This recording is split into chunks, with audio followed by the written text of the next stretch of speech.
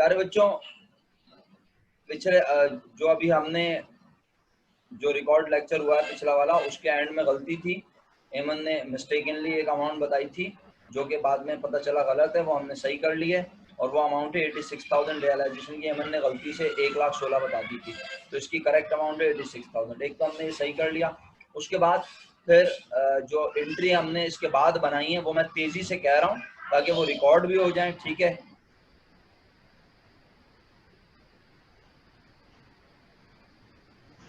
तो प्यारे बच्चों, बाकी एंट्री तेजी से इसलिए भी कह देता हूँ कि रिकॉर्ड हो जाएं और फिर जो बच्चा नहीं है क्लास में वो सुन ले बाद में।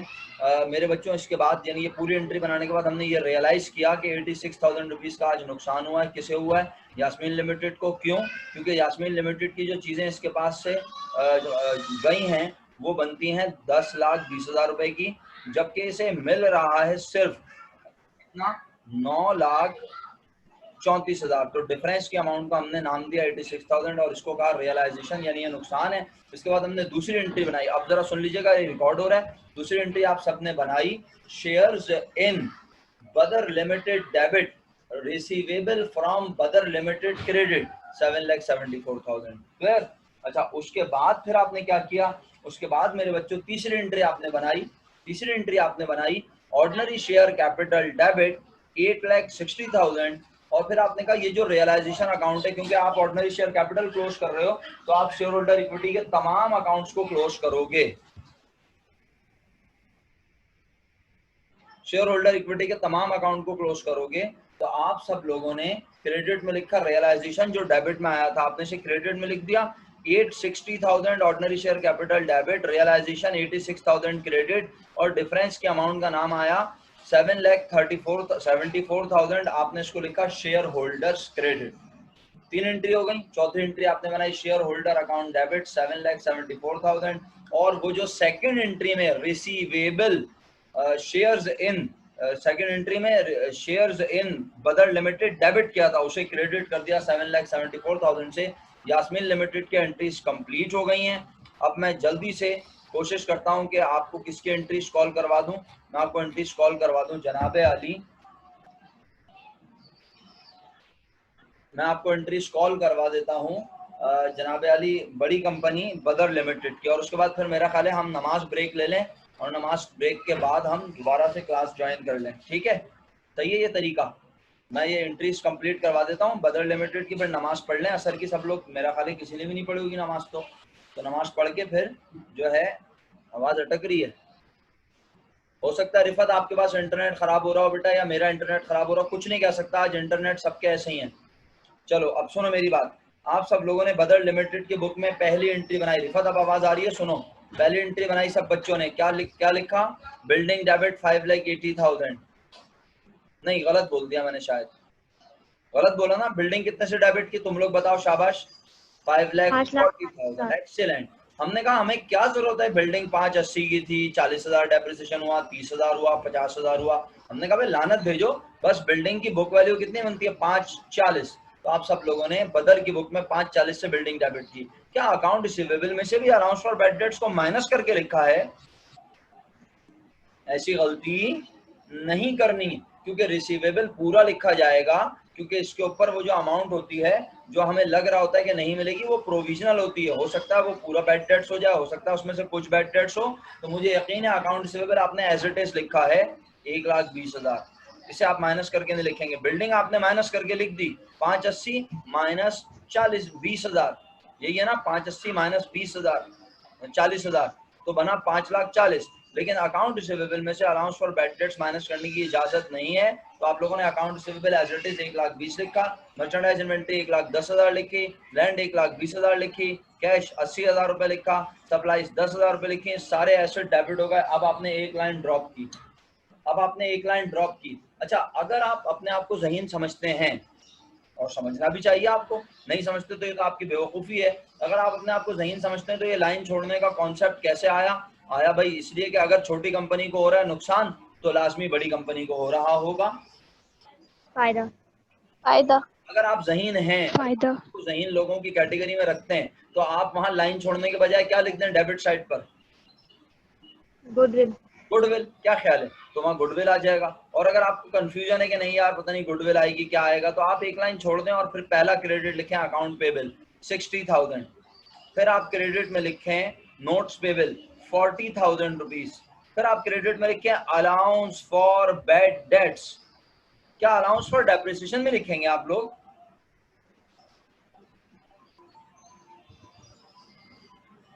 यार कुछ बोल ही नहीं रहा आप लोग सन्नाटे में। अलाउंस फॉर बैड डेट्स तो लिखेंगे, मैंने खुद बोला। अलाउंस फॉर डेप्रिसिएशन में लिखेंगे आप लोग? पूछ रहा हूँ।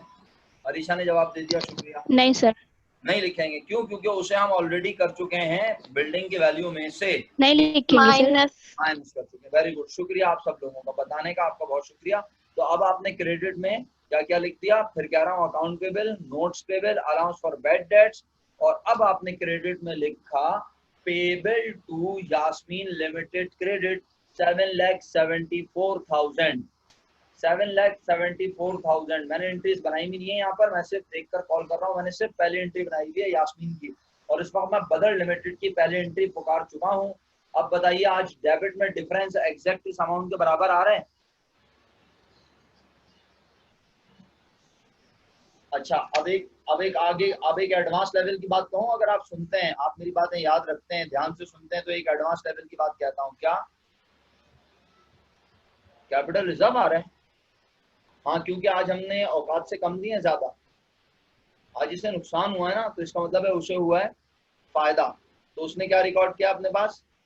56 कैसे आएगा ऋषा? 86 ही आएगा ना बेटा, सेम अमाउंट आएगी।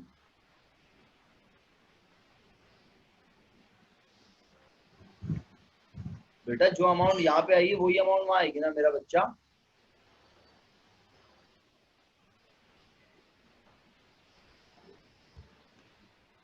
आपने, मुझे लग रहा है आपने कोई और चीज भी लिख दी है उठा के। चेक करें। अरीशा एक काम करें, एंट्री कॉल करें। आप क्या बनाई है आपने एंट्री? जल्दी जल्दी बोलें शाबाश, तेजी से, बगैर रुके बोलें। Cash 50,000, supplies 10,000, merchandise inventory 110,000, account receivable 120, land 120 और बिल्डिंग 540,000। 540। और फिर क्रेडिट में आया कैश की अमाउंट दोबारा बताइएगा क्या है? 50,000। कैश की अमाउंट 50 तो नहीं 80 है मेरे पास, तो मेरी 5 ईयर में आप लोगों ने 50 मेरी मिस्टेक होगी। अच्छा, तो कैश की अमाउंट नहीं ना 56, असल में 56 सामिया ने भी मुझे लिख के भेजा ना, तो मैं इसीलिए कह रहा हूँ। आपने 56 लिख के भेजा और सामिया ने, तो मैं इसीलिए परेशान हुआ कि 56 क्यों आ रहा है जवाब। तो आप कैश की अमाउंट सही करो। सामिया आपके पास क्या है एंट्री में मिस्टेक? 80,000। 80,000 कर दिया। अब आप डिफरेंस लो, अब क्रेडिट में कितने रुपए कम है?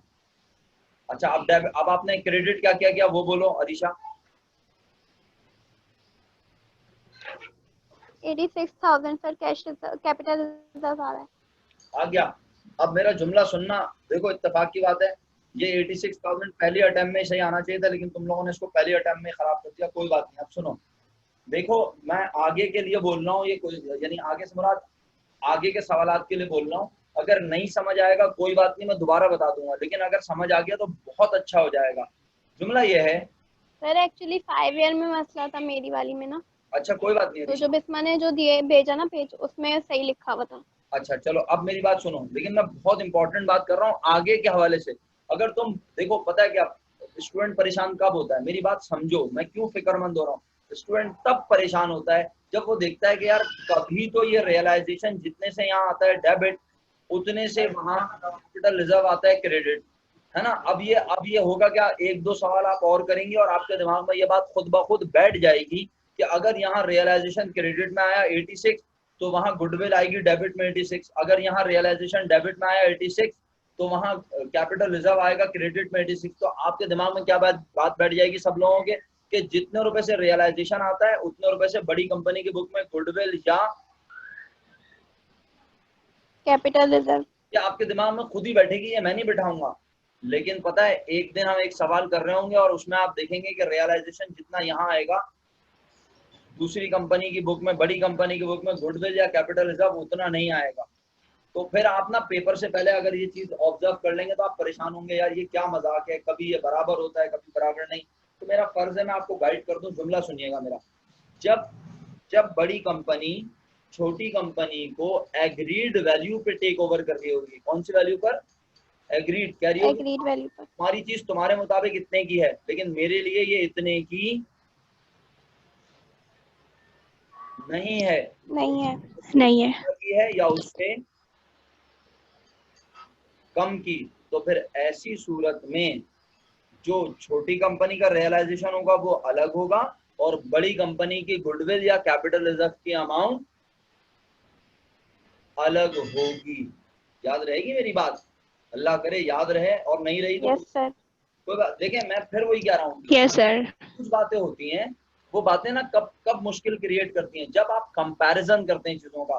पढ़ने वाले बच्चे जो होते हैं वो हमेशा कंपेयर करके पढ़ते हैं चीजों का, कि अच्छा इस सवाल में ये था, इस सवाल में ये था। तो वो अपना माइंडसेट खुद ही सेट करते जाते हैं, वो अपनी सोच बनाते हैं। वो कहते हैं अच्छा जितने से यहाँ रियलाइजेशन डेबिट होता है, जैसे मिसाल के तौर पे पिछले सवाल में जाओ, ये देखो जितने से यहाँ रियलाइजेशन क्रेडिट हुआ 10,000 रुपए से, उतने से यहाँ बड़ी कंपनी की बुक में गुडविल डेबिट हुआ 10,000।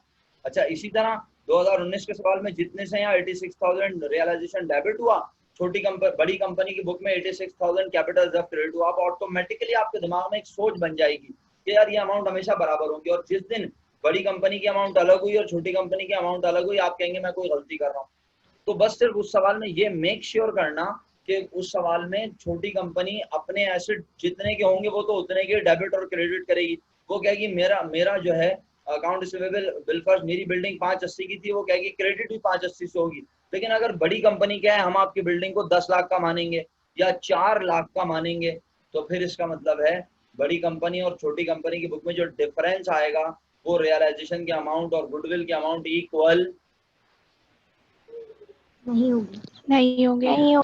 मेरा फर्ज था ये समझाना। बाद में ये चीज जब सामने आएगी तो आप परेशान ना हो, ये मेरी कोशिश होती है। बस मैं अल्हम्दुलिल्लाह इसमें क्लियर हूँ। अब मैं आपको जल्दी से बदर लिमिटेड की एंट्री कंप्लीट करवा देता हूँ दोबारा एक बार कहकर। आपने सबसे पहले, बल्कि अलीशा ने पूरी एंट्री कह दी थी तकरीबन। आपने क्रेडिट किया अकाउंट पे बिल, आपने क्रेडिट किया नोट्स पे बिल, आपने क्रेडिट किया अलाउंस फॉर बैड डेट्स 20,000, और आपने क्रेडिट किया जनाबे अली पे बिल टू यास्मीन लिमिटेड 7,74,000। फिर आपने डिफरेंस दिया, तो क्रेडिट साइड पर 86,000 रुपीज कम है, आपने उस 86,000 का नाम रख दिया कैपिटल रिजर्व। अल्हम्दुलिल्लाह एक एंट्री बन गई, और इसके बाद आपने दूसरी एंट्री बनाई। दूसरी एंट्री आपने क्या बनाई, समाज फरमाइएगा इत्मीनान से। आपने एंट्री बनाई payable to Yasmeen limited debit 7,74,000, और फिर आपने क्रेडिट में लिखा ordinary share capital 64,500 multiply by 10। Ordinary share capital credit हुआ 6,45,000, और फिर आपने क्रेडिट में एक और नाम लिखा, क्या? ऑर्डिनरी शेयर प्रीमियम, और 64,500 मल्टीप्लाई बाय 2, क्या वैल्यू लिखी? इतनी देर 129,000। ओके, एंट्री बैलेंस हो गई, ये बताएं आप लोग। जी सर। ओके, अगर एंट्री यस सर। बैलेंस हो गई तो बस अब हम क्या करते हैं, अब जो है हम जनाबे अली क्वेश्चन कंप्लीट हो गया है। अब जो है मैं एक काम ये करता हूँ कि मैं मीटिंग को रोकता हूँ, रिकॉर्डिंग रोकता हूँ, और हम नमाज पढ़ लेते हैं।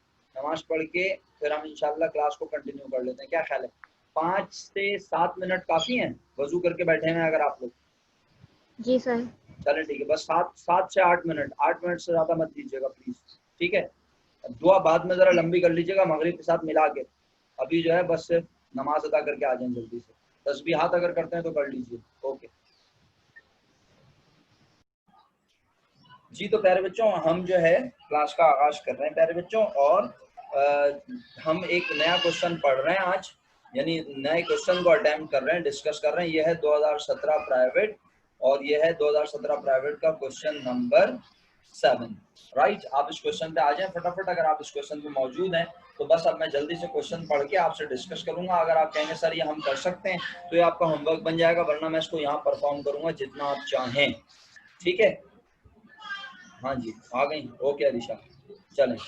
तो प्यारे बच्चों कहता था फॉलोइंग, और इसके बाद जो होमवर्क है ना, मजीद जो मैंने बताया आपको, वो ये बताया कि आप अपने घरों पर 2017 प्राइवेट के बाद बैकवर्ड चलिएगा, जैसे लाइक 2016, 15, 14, 13, तो इस तरह कम से कम 3 ईयर आप और पढ़िएगा, अटेम्प्ट कीजिएगा, 3 सवाल अटेम्प्ट कीजिएगा, चाहे वो अगले 3 सालों में हो, अगले 4 सालों में हो, अगले 5 सालों में हो। 3 सवाल आपने और अटेम्प्ट करने, पढ़कर अगर आपसे ना हो रहे हो तो आप उन्हें मार्क कर लेंगे। सवाल अटेम्प्ट करने से पहले एक बार पढ़ के देखिएगा, अगर लगे कि आपके बस का है तो अटेम्प्ट कीजिएगा, लगे बहुत ही डिफरेंट है, बहुत ही यूनिक है, बहुत ही मुश्किल है, तो सवाल अटेम्प्ट करने की जरूरत नहीं है, सिर्फ उसे मार्क कर लीजिएगा अपने पास, तो हम उसे अगली क्लास में डिस्कस करेंगे। Okay, now I am going to start question number 7. The following balances appear in the balance sheet of Sana Company Limited as on November 30th, 2017. नीचे दिए गए बैलेंस नवंबर 30, 2017 को सना कंपनी लिमिटेड की बैलेंस शीट में नजर आ रहे हैं। Cash, account receivable, office equipment, retained earning है। Cash, account receivable, office equipment के बाद क्या नजर आया? Retain earning. ये रिटेन अर्निंग किन के साथ नजर आ रहा है? एसेट, डेबिट बैलेंस में, एसेट के साथ नजर आ रहा है। अरे रिटेन अर्निंग के नेचर तो है शेयर होल्डर इक्विटी, क्रेडिट, इसे तो क्रेडिट पे नजर आना चाहिए, शेयर होल्डर इक्विटी है, क्रेडिट में नजर आना चाहिए, लेकिन कम वक्त डेबिट में नजर आ रहा है। इसका मतलब है आज यकीनन सना कंपनी को क्या हो रहा है? मुस्तकिल लॉस, इसलिए उसका रिटेन अर्निंग क्रेडिट की बजाय डेबिट साइड पर चला गया और 3 लाख रुपए डेबिट साइड पर है।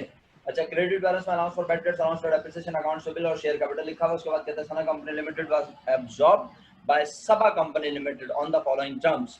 शराइत क्या है? आओ पहली शर्त करते हैं। ऑल एसेट्स एक्सेप्ट कैश, तमाम एसेट सिवाय कैश के, to be taken over at book value, तमाम एसेट ले लेंगे। कौन ले लेगा? सबा कंपनी ले लेगी, सिवाय किसके? कैश के। और किस पर? बुक वैल्यू, मौजूदा कीमत पर।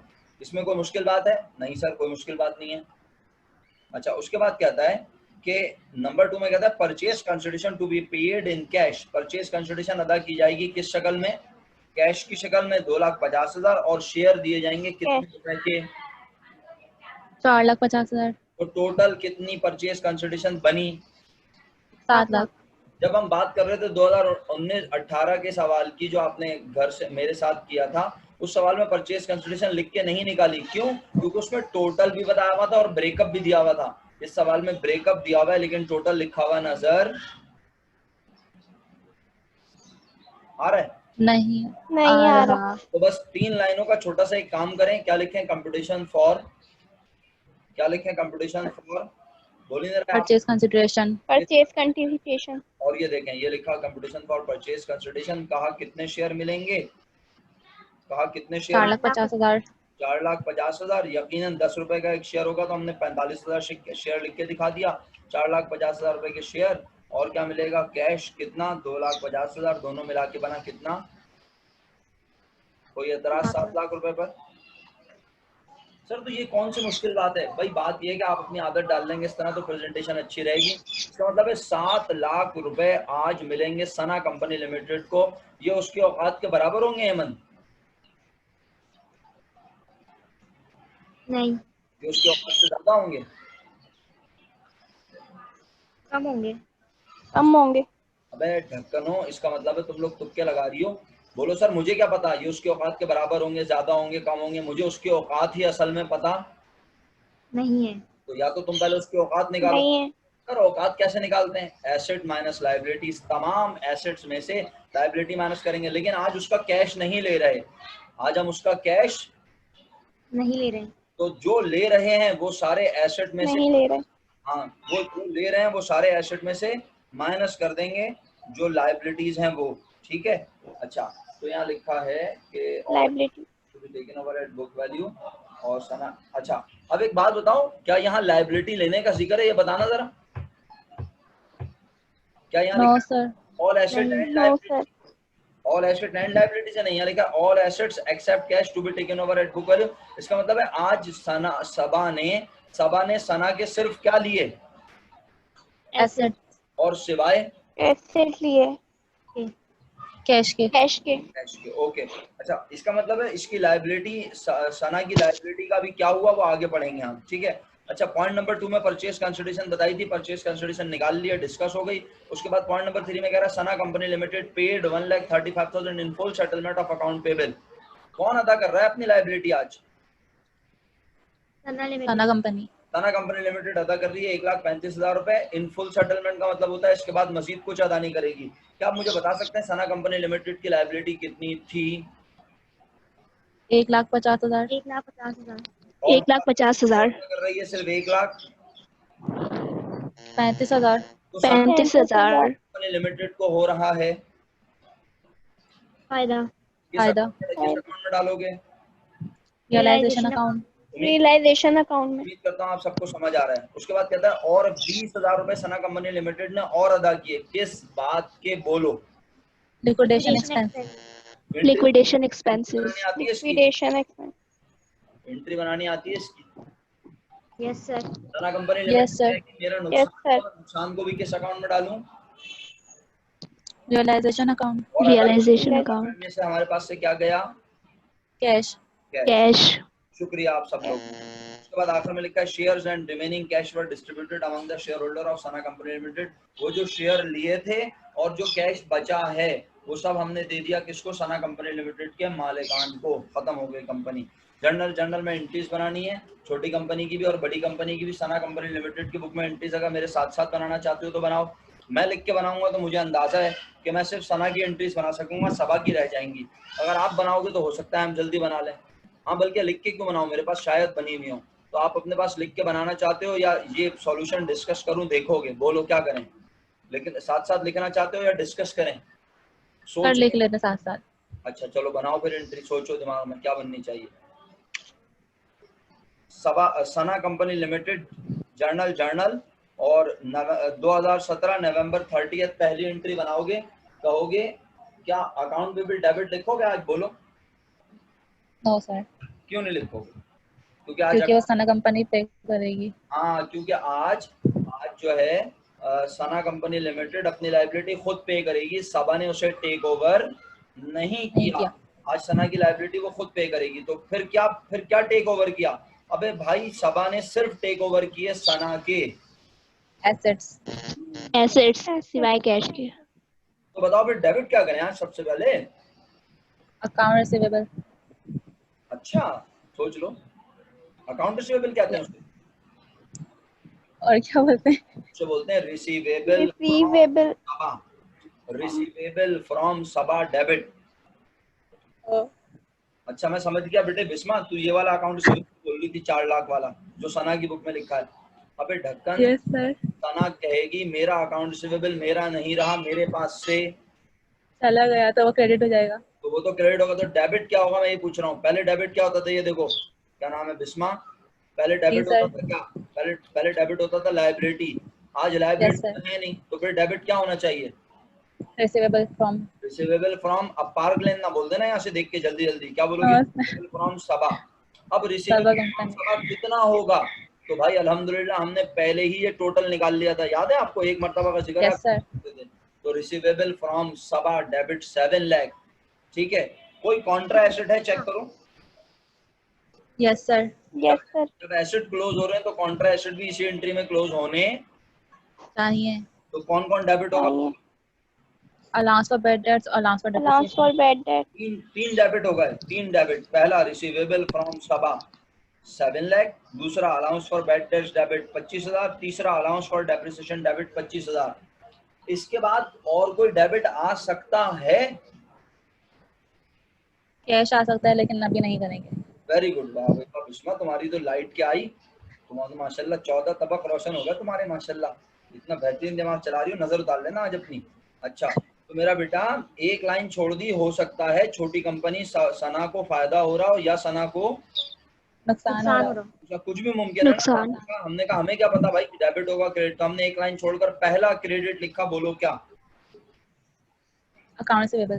कैश क्यों नहीं लिखा भाई? कैश वो नहीं लेती। कैश वो नहीं ले रहा तो इसने कहा कैश मेरे पास ही है अभी। तो अकाउंट रिसीवेबल क्रेडिट 4 लाख। दूसरा क्रेडिट बोलो। Office equipment. अब ऑफिस इक्विपमेंट क्रेडिट में लिखने से पहले ये मेक श्योर करो कि डेबिट क्रेडिट बराबर है क्या। अगर बराबर हो रहा है तो ऑफिस इक्विपमेंट को छोड़ी हुई लाइन में लिख दो। और अगर बराबर नहीं हो रहा तो फिर नीचे वाली लाइन में ही लिखो। फिर हम डिफरेंस के अमाउंट को रियलाइजेशन डेबिट या क्रेडिट में डालेंगे छोड़ी हुई लाइन में। तो जरा चेक करो डेबिट क्रेडिट बराबर हो रहे हैं। अगर हम इसको क्रेडिट में लिखें ऑफिस इक्विपमेंट कितना लिखें ऑफिस यस सर। सर बराबर हो रहे। पक्का? सोच लो। Yes yes sir. अच्छा, मैं फिर एक बार कहता हूँ, आपने डेबिट में क्या क्या लिखा है? आपने डेबिट में सबसे पहले लिखा है रिसीवेबल फ्रॉम सबा और अमाउंट लिखी है 7 लाख। दूसरा डेबिट आपने लिखा है क्या? Allowance for bad dates 25,000। तीसरा अलाउंस फॉर डेप्रिसिएशन 25,000। उसके बाद जो आपने लाइन छोड़ी थी वहां आपने क्रेडिट में लिख दिया इक्विपमेंट 3,50,000 और क्रेडिट में लिखा अकाउंट रिसीवेबल 4 लाख। बस एंट्री आप लोग कह रहे हैं ऑटोमेटिकली बैलेंस है, इसका मतलब है मेरे पास आज कोई रियलाइजेशन अकाउंट नहीं आया। क्लियर? Yes sir. अच्छा, आगे यस सर। उसके बाद आगे बढ़ता हूँ प्यारे बच्चों। लेकिन क्या जरूरी है कि अगर यहाँ रियलाइजेशन नहीं आया तो क्या वहाँ गुडविल और कैपिटल रिजर्व ना आए? नहीं, जरूरी नहीं आ सकते। आ सकता है, बस अब ये नहीं पता आएगा या नहीं, लेकिन आ सकता है, क्योंकि अगर इसकी कुछ चीजों को कम या ज्यादा पे लिया है तो इससे फर्क पड़ता है। लेकिन बहरहाल अभी ये सब मामला नहीं है। आइए आगे बढ़ते हैं। सेकंड एंट्री सुनाऊं अब आप लोगों को? क्या आप पहली एंट्री बना चुके हैं? पहली entry area yes yes sir. सही है? पहली एंट्री सेम है ना, यही पुकारी है हमने अल्हम्दुलिल्लाह। दूसरी एंट्री मेरा यस सर। दूसरी एंट्री छुपाने की जरूरत नहीं है, आप सारी चैंपियन है। दूसरी एंट्री हम यहीं से देख लेते हैं। Shares in Saba limited debit 4,50,000, cash debit 2.5 lakh और रिसीवेबल क्रेडिट 7 लाख। सामिया है हमारे साथ? हाँ है। सामिया बेटे आप तो कितनी सारी एंट्रियां बना रही हो कि तुम तो बहुत एंट्रियां बनाती हो। आज तुमने एसेट और कॉन्ट्रा एसेट को क्लोज किया होगा और रियलाइजेशन लिखा होगा, फिर रिसीवेबल रिकॉर्ड किया होगा, रियलाइजेशन लिखा होगा। तुमने 2 बनाई होंगी, हमने 1 बनाई है, ऐसा ही है। चलो बहरहाल तुमने बनाई है, तुम्हें समझ आ रहा है, ये है काम की बात। मेरे लिए इंपॉर्टेंट ये है कि बच्चों को समझ आए। अच्छा चलो, लेकिन बहरहाल बेटा मैंने बिल्कुल भी तुम्हें ये नहीं कहा कि तुम गलत बना रही हो, लेकिन हमने वक्त बचाना है ना। 35 मिनट से हमारे पास पेपर में, ये याद रखें सब लोग। चलें तो बात को आगे बढ़ाते हैं अब जल्दी से मेरा बच्चा, और अब हम डिस्कस करते हैं सेकंड एंट्री के बाद थर्ड एंट्री। थर्ड एंट्री किस चीज की बनती थी बोला? शेयर होल्डर अकाउंट को क्लोज करने की। Very good, share holder account को क्लोज करने की। एक्सीलेंट। लेकिन क्या आप बताएं आज शेयर होल्डर अकाउंट क्लोज कर दें? No sir. अभी कितने काम बाकी हैं? अभी मेरे मुताबिक पहला काम जो नो बाकी है सर। वो अकाउंट पेबल को खत्म करना है ना? फिर लिक्विडेशन के खर्चे को अदा करना है और फिर आखिर में हम शेयर होल्डर इक्विटी क्लोज करेंगे। सर लेकिन कैश भी तो रह जाएगा। कैश तो मालिकान में बांटा जा सकता है, उसे क्लोज करने की जरूरत नहीं है। तो आपने थर्ड एंट्री बनाई। अच्छा अब मेरी बात गौर से सुने सब।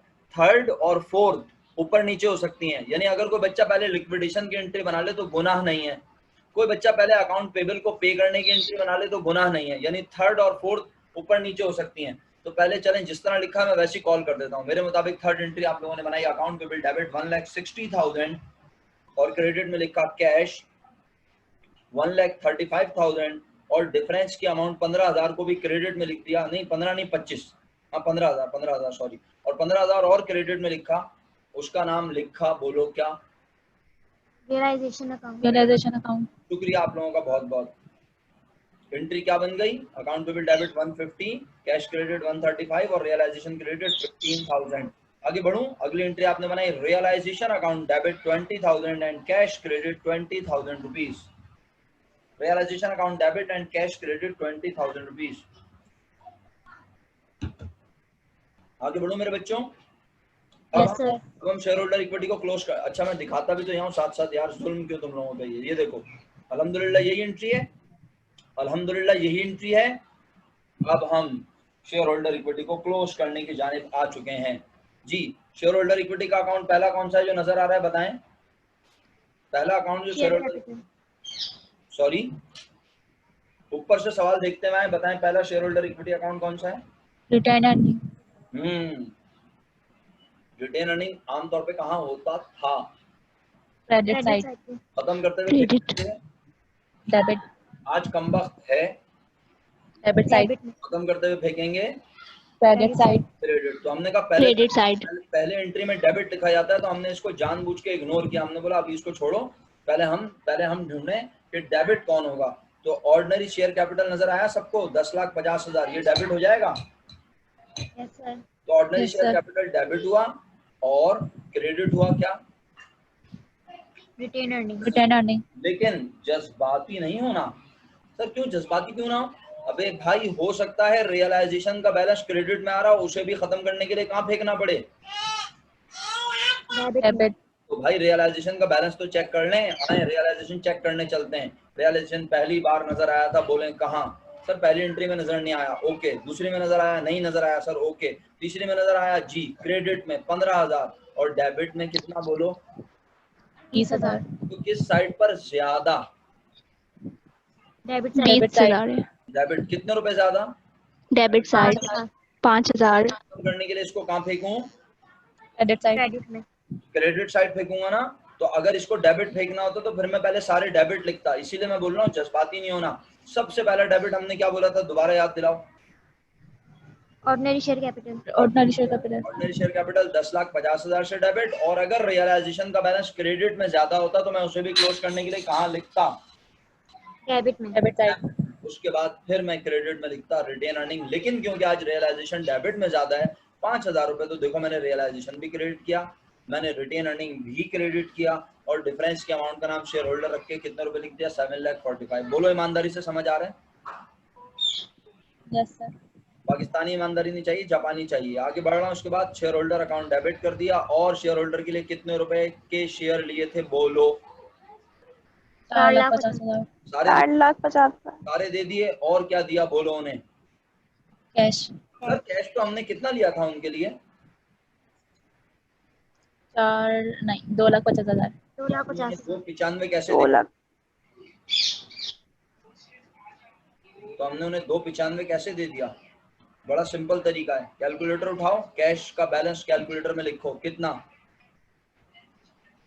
2 लाख।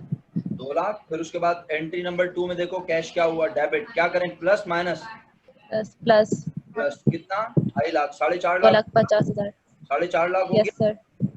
माइनस करें? 135,000। माइनस करें? 20,000। बस अब बताएं कितना बचा? 295। तो ये 295 किसे दे दें? जो बचा हुआ कैश है ये शेयर होल्डर को दे दें। बोले कंपनी खत्म हो गई, आपको हमने शेयर दे दिए, जो हमने लिए थे सबा से वो आपको दे दिया। अब आप लोग सबा कंपनी के इतने रुपए के शेयर के मालिक हैं, और ये आपका कैश है, ये आप लोगों का है, आप बांटने आपस में। कोई एतराज, कोई तकलीफ, किसी किस्म की घबराहट, ठंडे पसीने, कोई अलामत? No sir. सब नॉर्मल है माशाल्लाह। Yes sir. ओके। इसके बाद सबा लिमिटेड की बुक में एंट्री बनाना कोई मुश्किल है? हाँ सर मुश्किल है। मेरा तो नहीं ख्याल कुछ मुश्किल है, अल्लाह के हुक्म से आप बना लेंगे इंशाल्लाह, अल्लाह ने चाहा। ठीक है, तो आप बनाइएगा। ये सवाल आपका हो गया। इसके बाद मैं और सवाल डिस्कस कर लूँ आपसे, यानी और सवाल बता दूँ आपको होमवर्क? 17 रेगुलर, 16 रेगुलर देख लेते हैं, आप कर सकते हैं, यानी आप भी देखें जल्दी से। मैं अब सवाल पढ़ूंगा नहीं, मुझे लगा अगर आप नहीं कर सकते तो मैं बोल दूंगा ये छोड़ दो, ताकि हम कुछ होमवर्क तो दें अब आपको।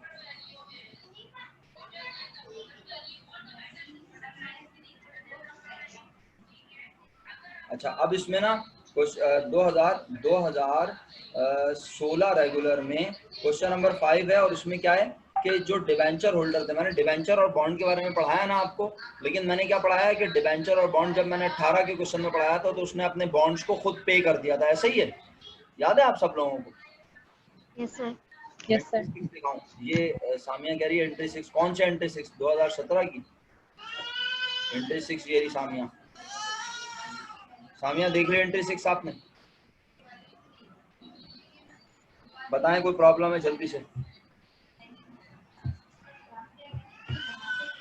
अब जो क्वेश्चन मैं आपसे डिस्कस करूंगा उसमें एक की पॉइंट है, बस वो डिस्कस करने के बाद फिर आप अल्लाह के हुक्म से बेतहाशा सवाल कर सकेंगे, अल्लाह ने चाहा।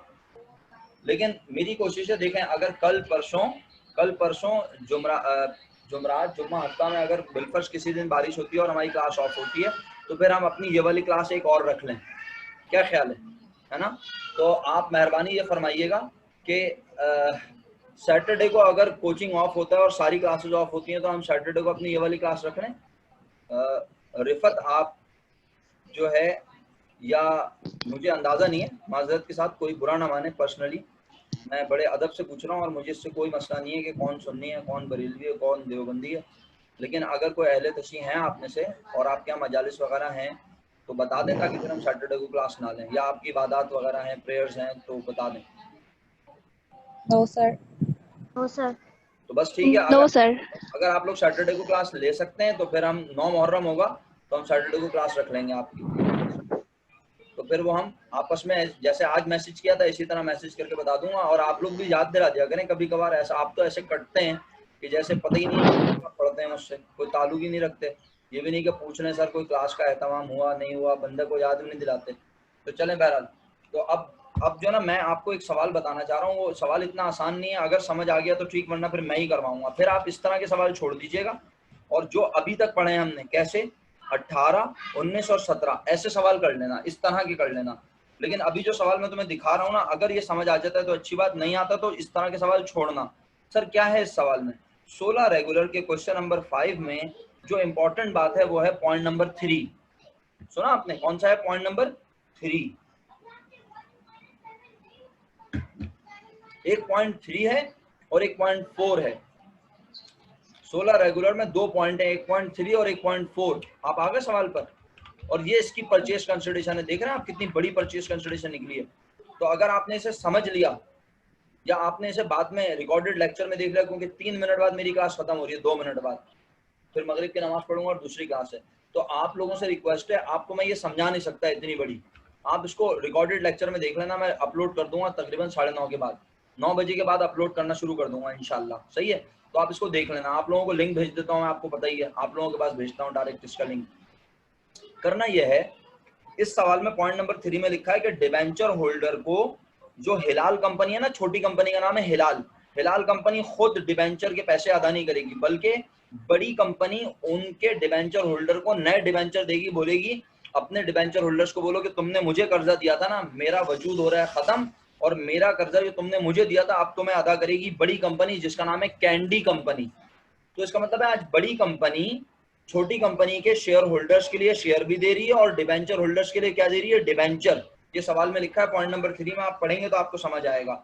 अच्छा सर वहां 2000 ने लिखा, तो जब आप पढ़ेंगे पूरा सवाल तो समझ आएगा, और अगर नहीं आए तो कोई मसला नहीं है, आपने टेंशन नहीं लेनी। आपने करना क्या है, आपने सिंपली कोई और सवाल अटेम्प्ट करना है ये छोड़ के, अगर समझ ना आए।